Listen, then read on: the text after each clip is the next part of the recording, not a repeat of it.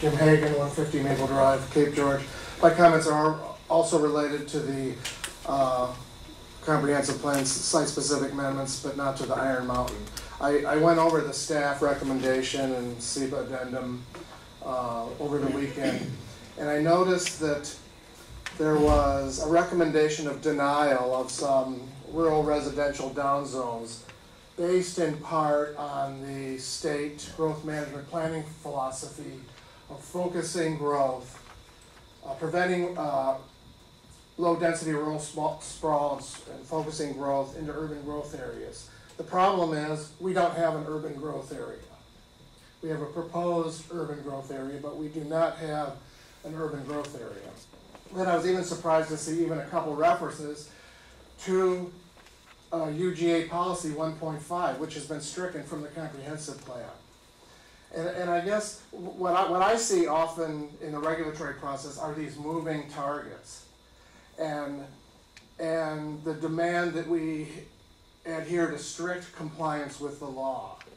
And so, you know, before we didn't have strict urban standards written into our UGA planning, and therefore that resulted in no UGA. But now we're referencing a UGA that doesn't exist. And I think, you know, if you guys want to deny these down zones, that's your discretion, but I would advise, possibly for legal reasons, that you not do so under this growth management philosophy of focusing a growth into UGAs when we don't have one. We'll have a UGA when you guys or somebody else signs an ordinance. One of the things about this moving target is, you know, during the critical areas ordinance, we heard about all this development pressure and that we need strict regulations in the rural areas to prevent against this development pressure.